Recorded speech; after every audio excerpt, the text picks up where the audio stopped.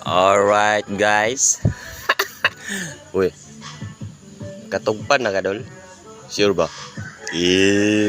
Pag sure diya, nakatugpan na ka? Dol, kung nakaagi ka na dol, mas mayo undangin na na. Nindot kayo ang magpagbag-o si mong kaugalingon. Kay dili lang na para sa imo. Kung ikaw ulitaw ka, malipay mong ginikanan. Kung ikaw pamilyado ka, malipay mong pamilya dol. Istorya ta kadali dol ha. Paminaw sa ba? Kaya ako gikan yung ko diha dol, pero naka-realize ko ba nga di gid siya mayo dol.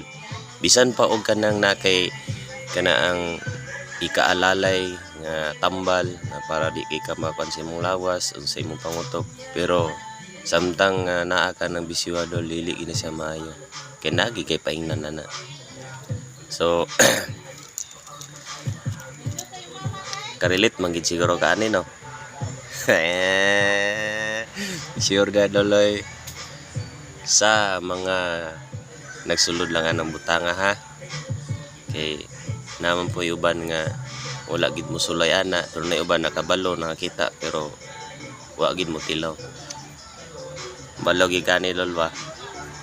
Kung parasa ni busa ikaw nga nagamit ani. Ayaw na dol. Undangin na nindot kayo magmatagas kabuntagon nga wala kay laing nunaon nga ang imong utok dili kagaw. Unsaon man na nimong nagpatulog-tulog ka pero ang imong una kay naglutaw. Dol kana lang diyon. Thankful lang kay ko karong buntaga kay say man gud maka una ta ba nga sa tong mga kagi sa ta sa una unsay kalaian sa nagbag-o o katong wala nagbag-o.